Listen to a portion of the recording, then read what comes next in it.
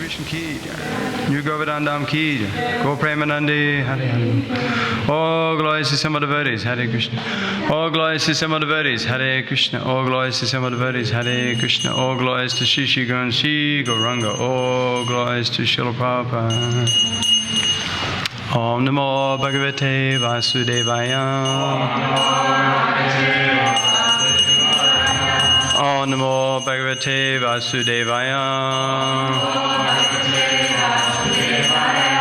Om Namo Bhagavate Vasudevaya.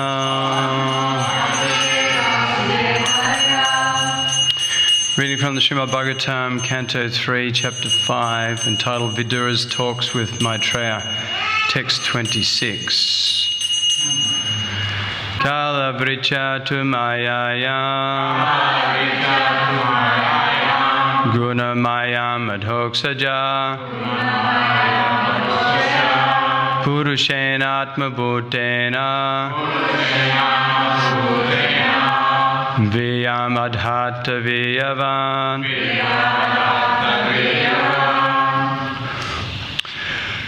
Kala, the eternal time.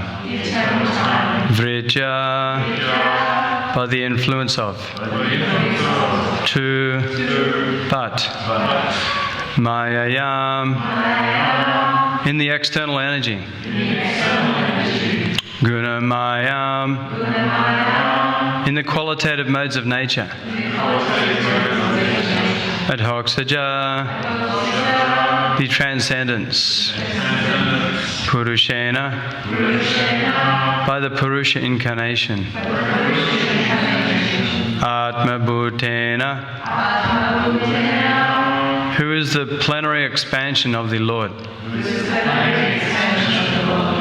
Vyayam, the seeds of the living entities. Adhata, impregnated. Vyavan, the Supreme Living Being.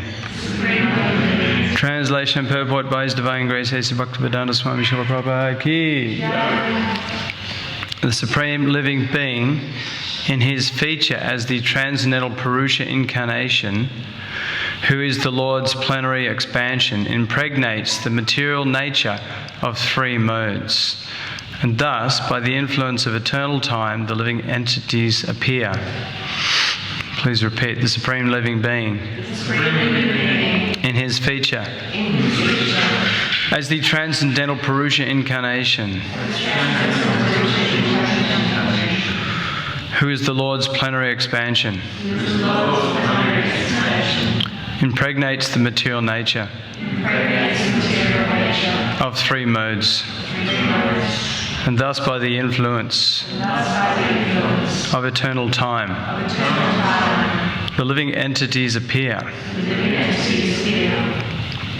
Purport: the offspring of any living being is born after the father impregnates the mother with semen, and the living entity floating in the semen of the father takes the shape of the mother's form. Similarly, Mother Material Nature cannot produce any living entity from her material elements unless and until she is impregnated with living entities by the Lord Himself. That is the mystery of the generation of the living entities. This impregnating process is performed by the first Purusha incarnation, Karana Navashai Vishnu. Simply by his glance over material nature, the whole matter is accomplished. We should not understand the process of impregnation by the personality of Godhead in terms of our conception of sex. The omnipotent Lord can impregnate just by His eyes. Therefore, He is called all-potent. Each and every part of His transcendental body can perform each and every function of the other parts. This is confirmed in the Brahma Samhita 532. Angana yasya sakalendriya vrittimanti. In Bhagavad Gita 14.3, also the same principle is confirmed. Mama yoni mahad brahma tasmin gabam dadamyaham. When the cosmic creation is manifested, the living entities are directly supplied from the Lord.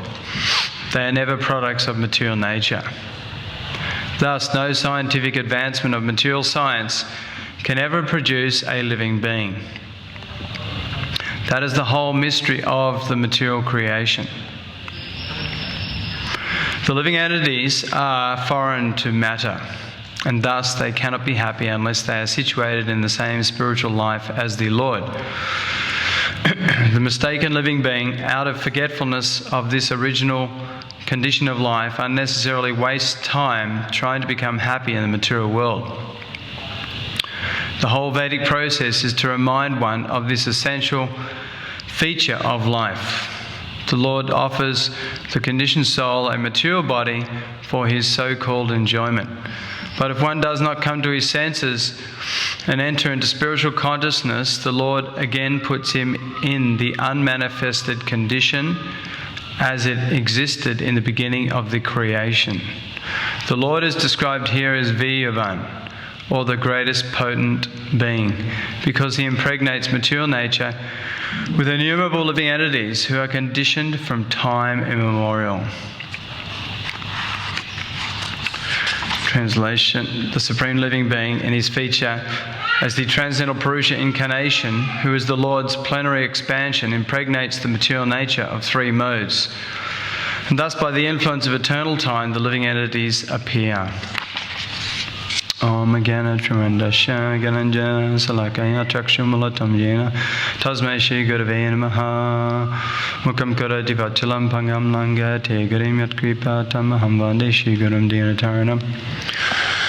Hare Krishna.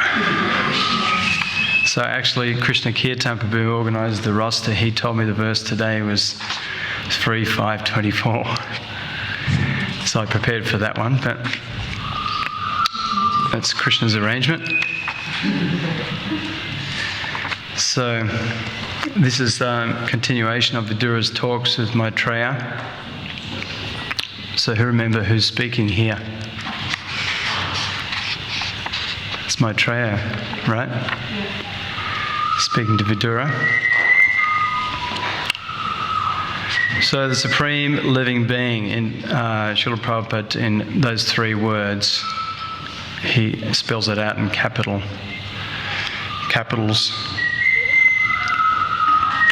So Krishna is so amazing that just by his will, everything is going on. Like Srila Prabhupada says, ordinarily in the material concept of life, in order for a woman to be pregnated, she has to receive the help of a man. And there's a sexual union, and there's so much difficulty in just raising a child. But here Srila Prabhupada says that automatically, just by Krishna's glance, the Supreme Living Being's glance, automatically all living entities are coming out of material nature, born out of the womb of material nature. In their male, so many varieties, millions and millions of varieties of male and female forms in the 8,400,000 species of life.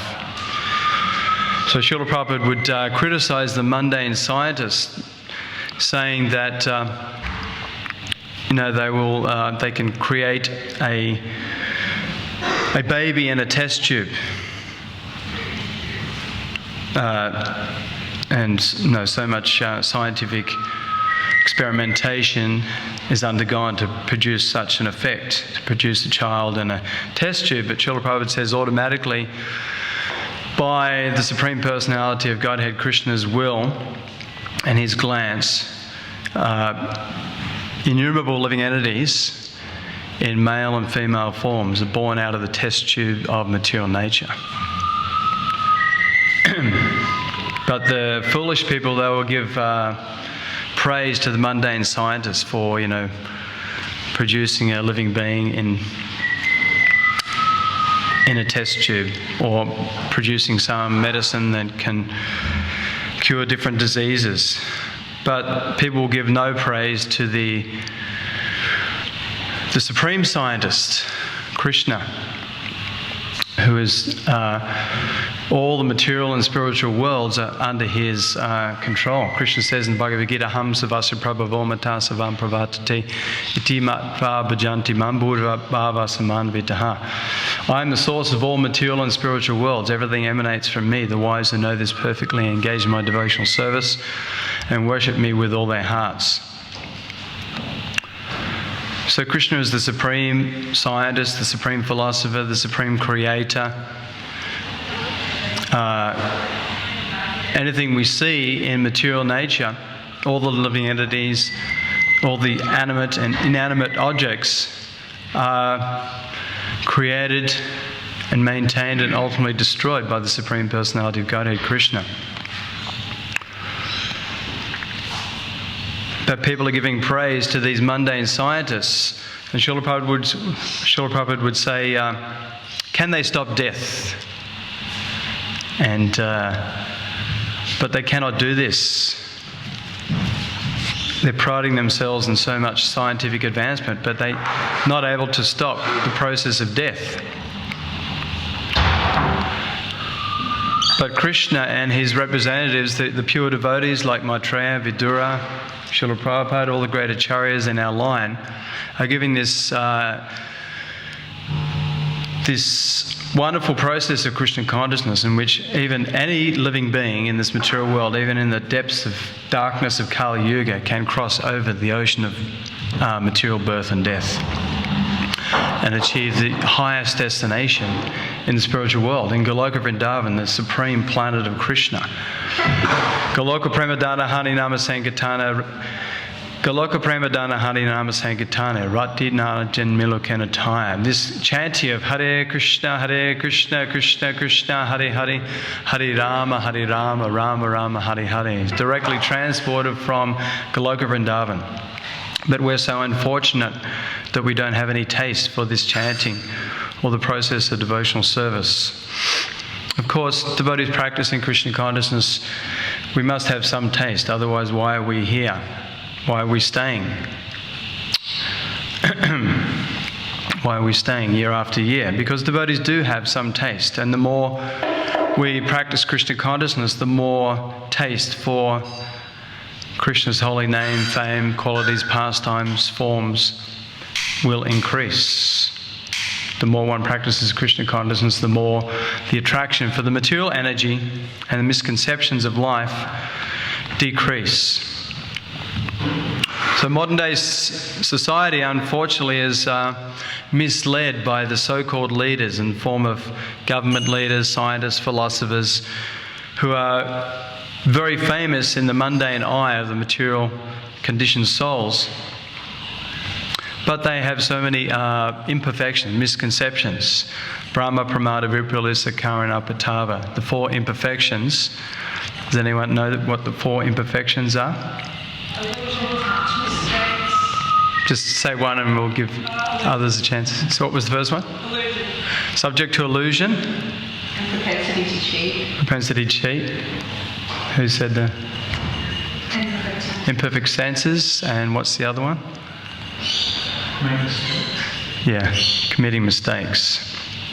So any soul, even in the guise of some big leader in materialistic society, as long as he's not a devotee of Krishna, then he's a conditioned soul, subject to these imperfections. Srila Prabhupada said even Gandhi, he was conditioned soul. He was claimed to be such a great spiritual leader of the people, but he was warned not to go to a meeting because there was danger there. He didn't listen, and he went and he was shot dead by his own people. So we have imperfect senses because sometimes we take a mirage in a desert to be a body of water, or we might see a rope and we think it's a snake, or we see a snake and we think it's a rope.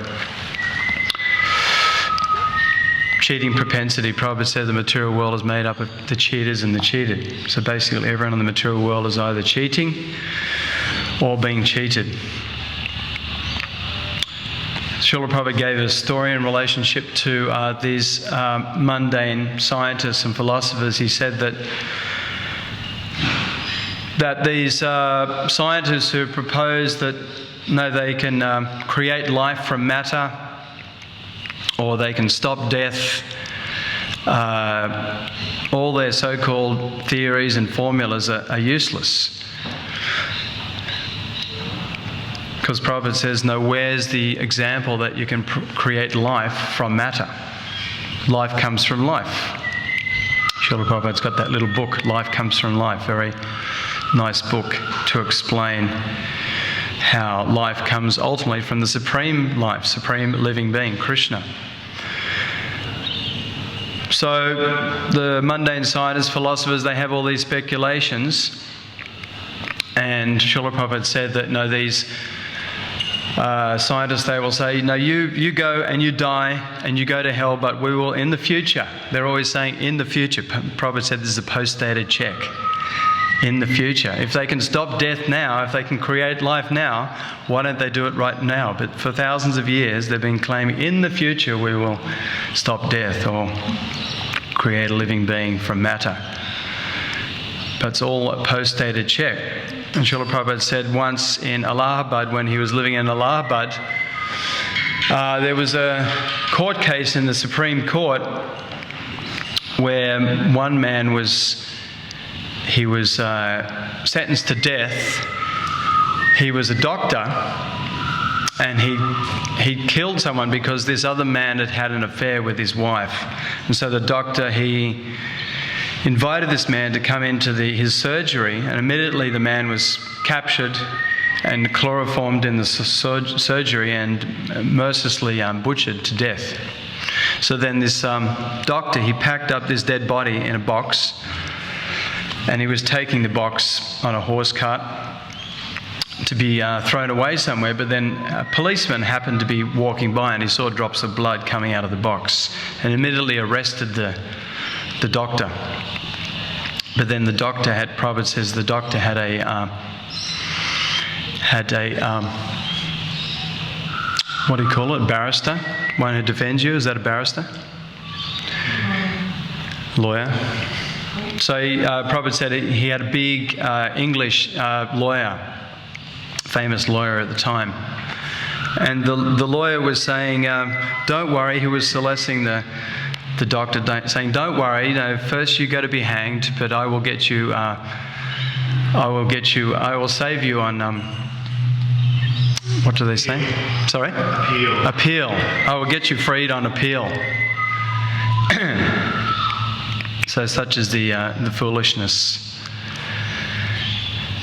of these so-called leaders in society, so-called big personalities, but they have no idea of who they are, who the soul is, who is the Supreme Personality of Godhead, and what's their relationship with Him. But even a new devotee in Krishna consciousness, like Srila Prabhupada would say, even a child, like he would say Sarasvati, the daughter of Shamashundara Malati, would say, when asked, who is God, she would say, Krishna is the Supreme Personality of Godhead. 5 words, it's all summed up. So Srila Prabhupada would say that even a child in Krishna consciousness knows more than these great scholars and philosophers.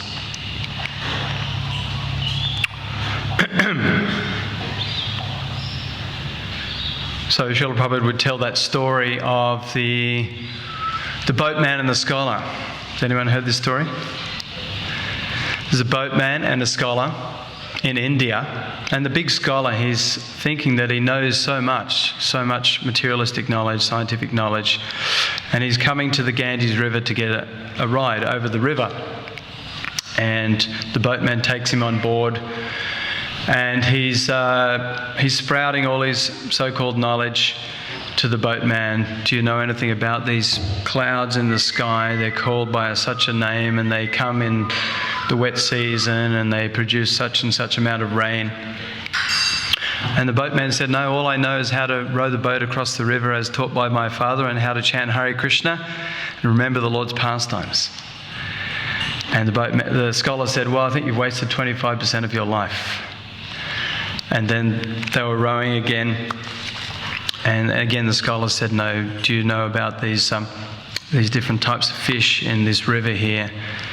You know, the crocodiles and these big fish, how they come in this season to the river, then at different season they go out to the ocean. And this boatman said, no, all I know is how to chant Hare Krishna and row the boat. And the scholar said, well, you've wasted 50% of your life. Then it started to pour down rain. It was in Bengal, so much rain they have. And the boat was filling up. And then the boat capsized. And the scholar's saying, help me, I can't swim. I never learnt to swim.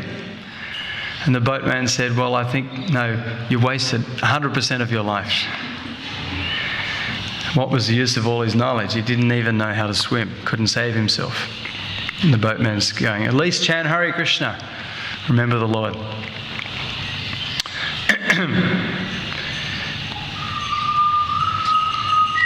So I'll tie in also the Prabhupada's teachings from the previous verse, which I was studying, 24. Prabhupada he made an interesting comment in this purport as well,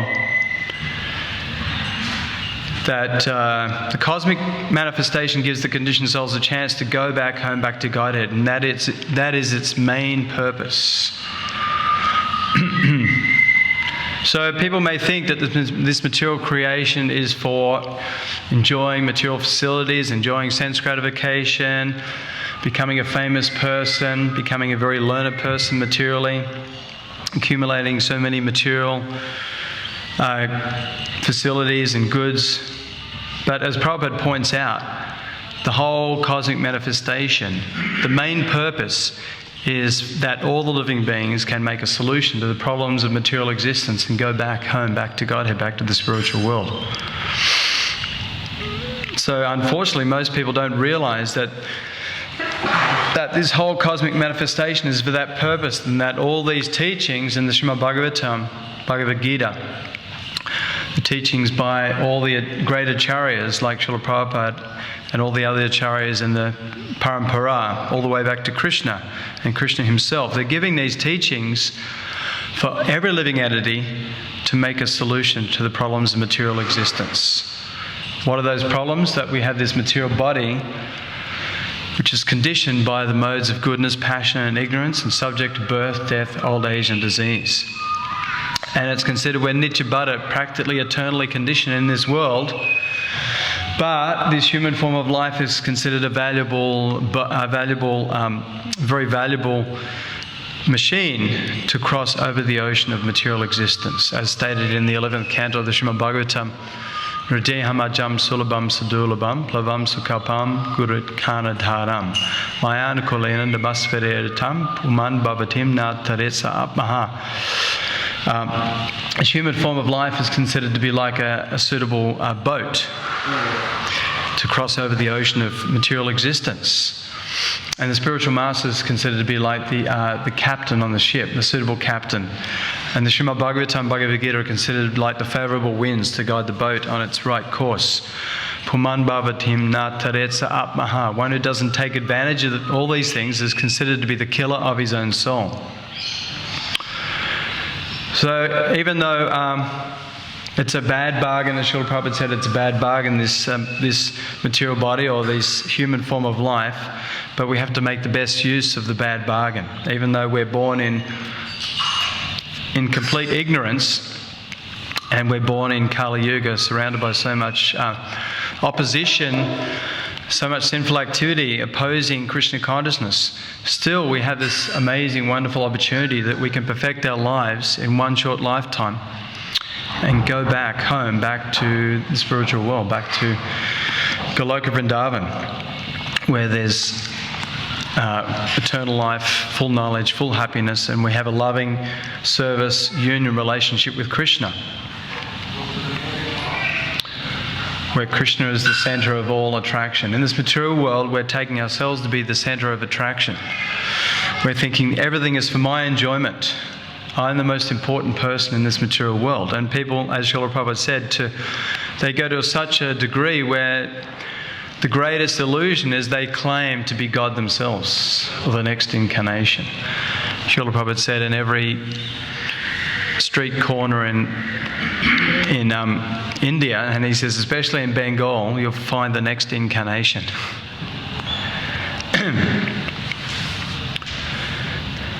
But so-called incarnations, they have no real understanding of their relationship with Krishna, nor do they take up the proper process given by the bona fide Shastras, Srimad Bhagavatam, bona fide spiritual master, Guru Sadhu Shastra. So these are like our 3 checkpoints in which we can fully understand the process of Krishna consciousness and fully understand how to traverse the material existence, cross over the dangers of material existence. And what is the greatest danger is forgetting Krishna. This is our greatest problem, is forgetting Krishna. Srila Prabhupada said we should always remember Krishna and never forget Krishna. All the other rules and regulations are based on these two points. So this is the business of the devotees, is that we should always be engaged in Krishna consciousness, always be engaged in service, always be chanting Hare Krishna, always be hearing the philosophy, always associating with devotees, always coming to the holy places. Take advantage of this wonderful human form of life and this wonderful process that Srila Prabhupada has given us, that we can be 24 hours a day engaged in Krishna consciousness. And now we have these iPhones and little Prabhupada lecture boxes in which 24 hours a day, like classes or bhajans, can be playing while you're doing your work or your different services. So Krishna says in the Bhagavad Gita, while you're doing all your different occupational duties, you should always think of Him. Tasmat sarveshu kaleshu ma manushmari yujita mayapita manu buddhi mamayivashat yashamshaya. Therefore, you should always think of me in the form of Krishna. At the same time, carry out your prescribed duty of fighting. With your activities dedicated to me and your mind and intelligence fixed on me, you will attain me without doubt. So just Srila Prabhupada gives the example of a housewife who's she's married. She does her duties very dutifully, cleaning, looking after the house. But in her mind, she has a relationship with a paramour. So she does her duties very nicely so that the husband can't detect what's on her mind. But in her mind, she's always thinking to meet with her paramour. So this should be like us in Krishna consciousness. We're executing externally all our different duties, whether it's cleaning the floors or cooking for the Lord, farming for the Lord, preaching for the Lord, making flower garlands. And these are all transcendental activities. But internally we're always thinking of the form of Krishna, the pastimes, the qualities, the names of the Lord, the associates of the Lord, like this.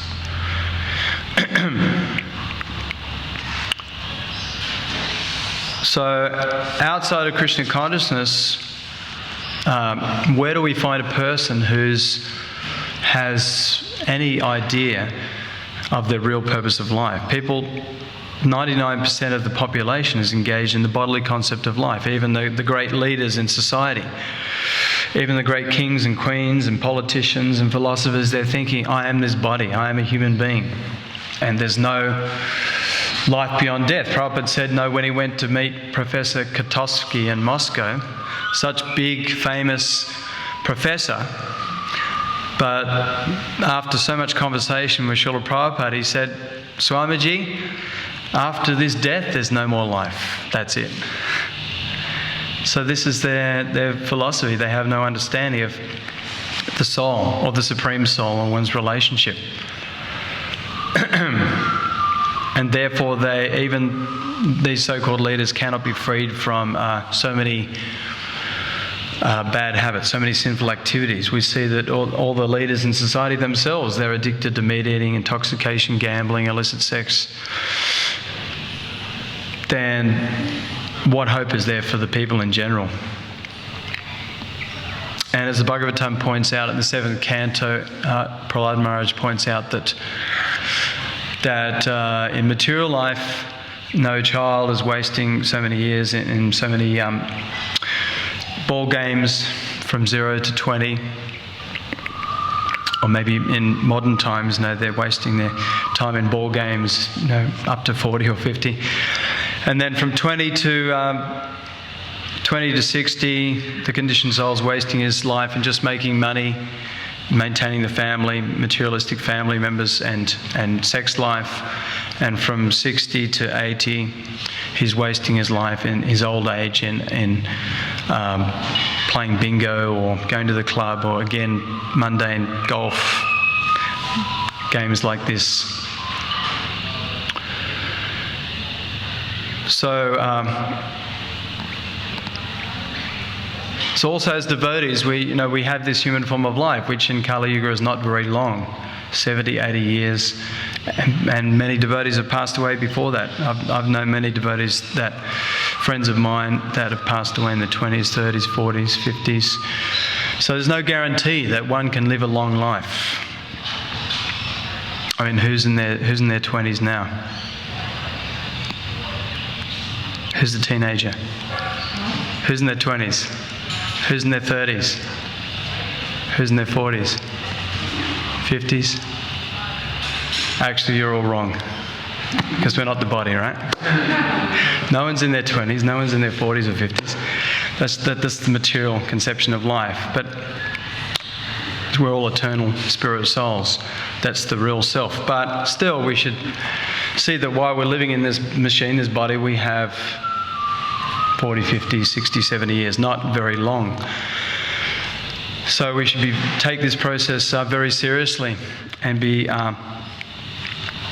thinking that, how can I be Krishna conscious at every moment of my life? How can I always be engaged in some sort of service? How can I be engaged in always hearing this philosophy? How can I be engaged in always chanting Hare Krishna, Krishna Krishna, Hare Hare, Hare Rama, Rama Rama, Hare Hare?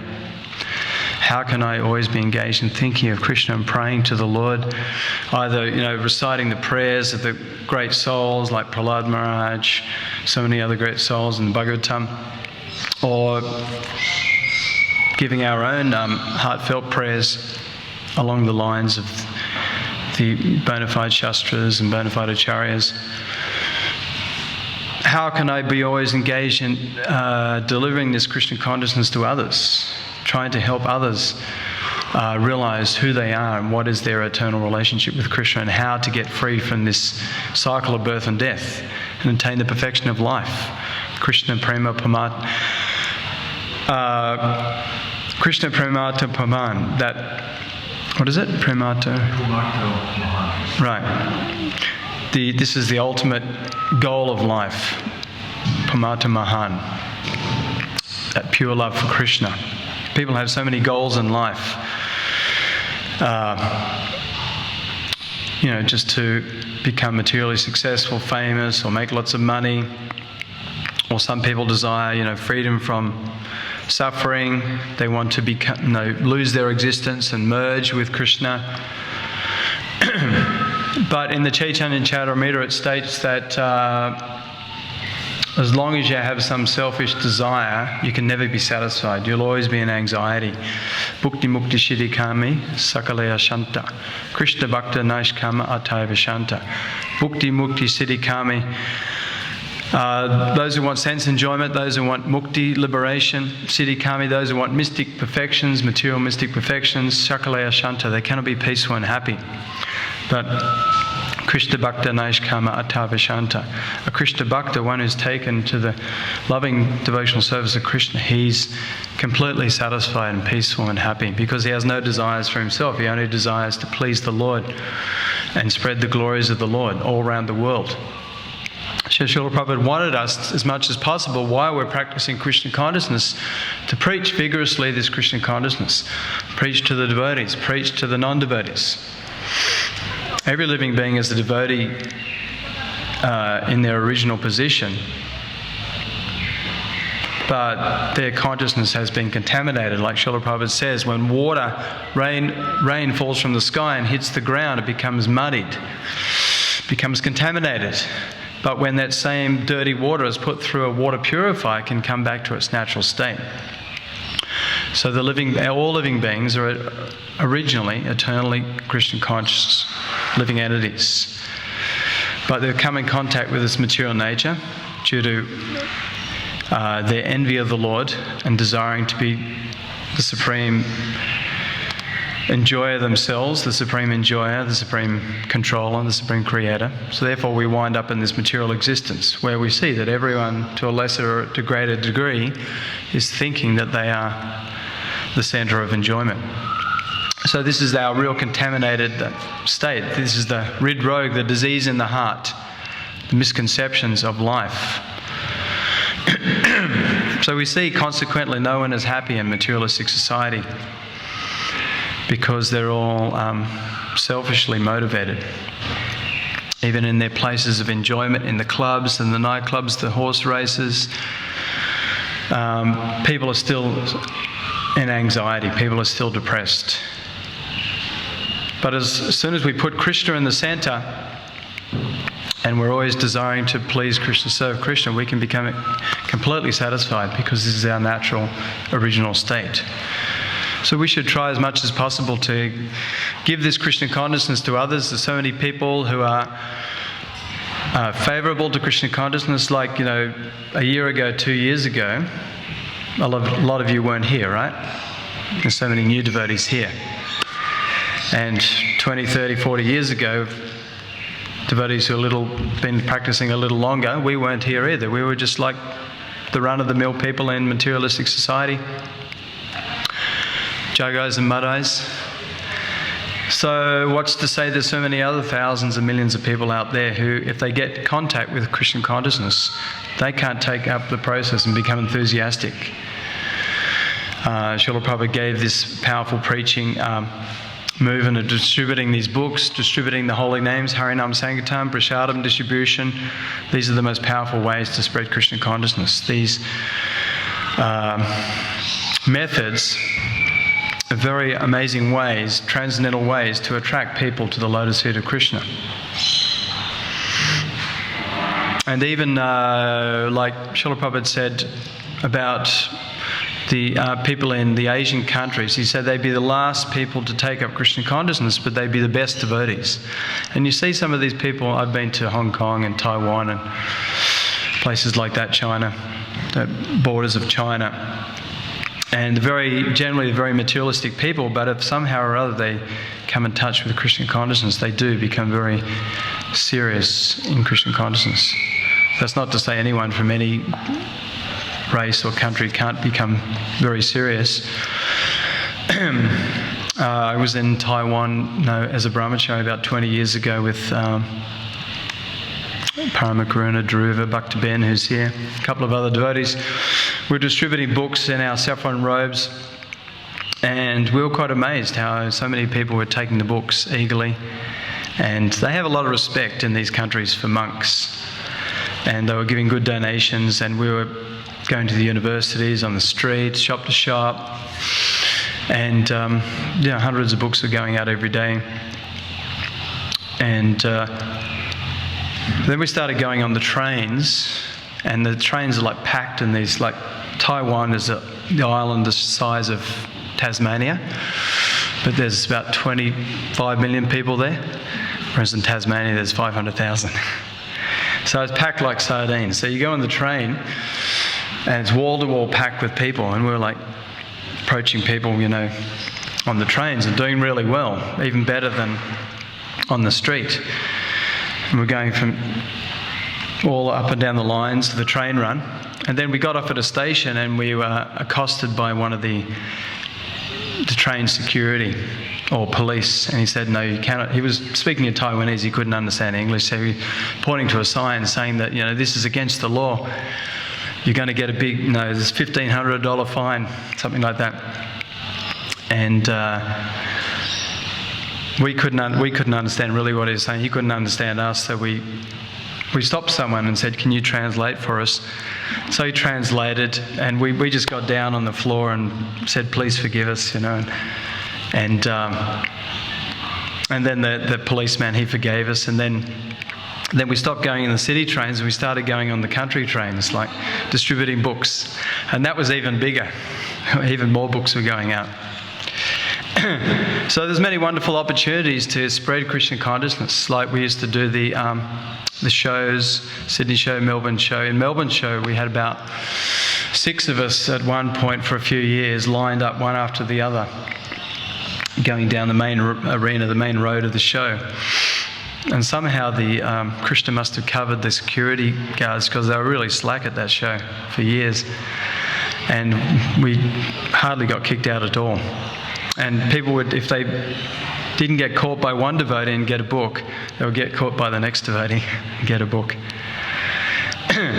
And Sydney show also, we had more problem with the security in the Sydney show. They were a bit hotter and they would always catch us and kick us out. But we were so determined to give out these books to people. I used to take 3 or 4 boxes in every day and hide them somewhere. And if they caught me, they usually didn't find the books. So they just escort you to the gate and they kick you out. But we'd have our exit stamp on our wrist. And so then we'd just walk around the other gate and come back in and keep distributing the books. And sometimes they found out that we had this stamp, so they made us rub it out.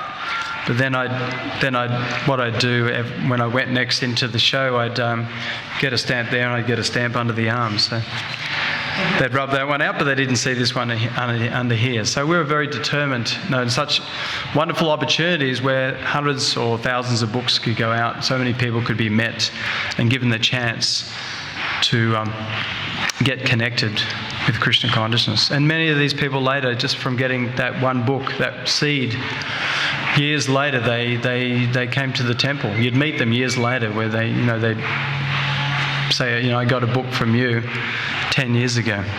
And now here they are at the temple and they're taking up Krishna consciousness. So, does anyone have any questions or comments? I'll just read the verse again. Supreme living being in his feature as the transcendental Purusha incarnation, who is the Lord's plenary expansion, impregnates the material nature of 3 modes, and thus by the influence of eternal time the living entities appear. Do we have the microphone available? Anyone have a question or comment? Prashadam's early. There's a couple of minutes left. I'm probably wondering... We usually have a microphone. Does anyone know, Sham, do you know where the microphone is? It's just so that the people online can hear the questions as well. That's it. My question is about the desires of oneself, and I suppose the more we chant, those desires will come into alignment with what Krishna has in store for us. But at the moment, I realise I still definitely have desires of my own, subconscious desires, and I think the more I chant, I suppose they'll be purified. But it's more of a comment. But also, like in your everyday life, you think you should do something, but maybe that's actually not the right thing to do. I'm just curious about how we know when we should follow a particular path or something like that. So in Krishna consciousness, there's one statement, Guru Sada Shastra, I quoted before, that whatever you're doing, to understand if you're doing the right thing in Krishna consciousness, and if your desires, as you say, connected with the right source, dovetailed in Krishna's service, is to always check with the Shastra, the spiritual master, and the saintly personalities like that. These are like the 3 checkpoints so that you can understand whatever you're doing is correct and not governed by your selfish desires or by your material senses or by the mundane conceptions of the mind. So if you're serious about Krishna consciousness, always take guidance. Don't make any decision without consulting with your spiritual authorities and the Shastra, like that. I remember Tamal Krishna Maharaj, my spiritual master, he said he was a big leader for many years. He was a sannyasi, a guru, spiritual master, one of the original pioneers in Krishna consciousness movement. And he said he would never make a decision without consulting his godbrothers, like that. And So the material energy is very, very powerful. And if we don't properly consult and get guidance, then we may take shelter of our mind and our senses. And before we know it, we may be drifting off again into the material energy.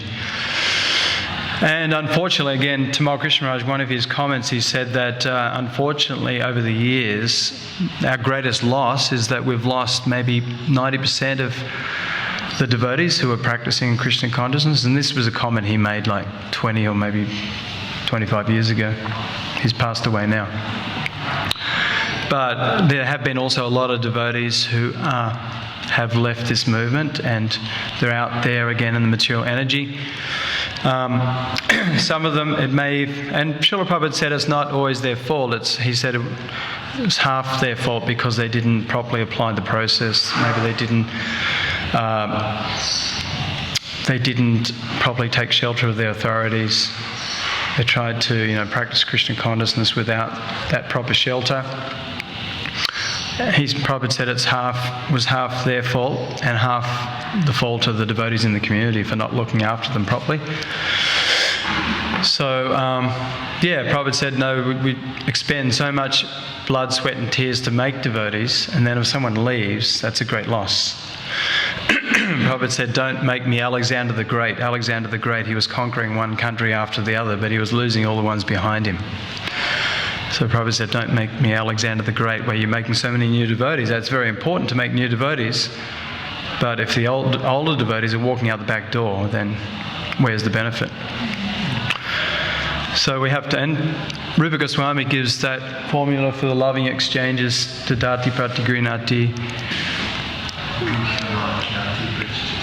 that 6 loving exchanges amongst the devotees is like revealing your mind in confidence, inquiring confidentially, offering prasadam, receiving prasadam, offering gifts, receiving gifts in return. Like this, these are the 6 best ways to establish wonderful loving relationships amongst devotees. And if we have more stronger loving relationships with the devotees, there's going to be less chance that devotees will leave.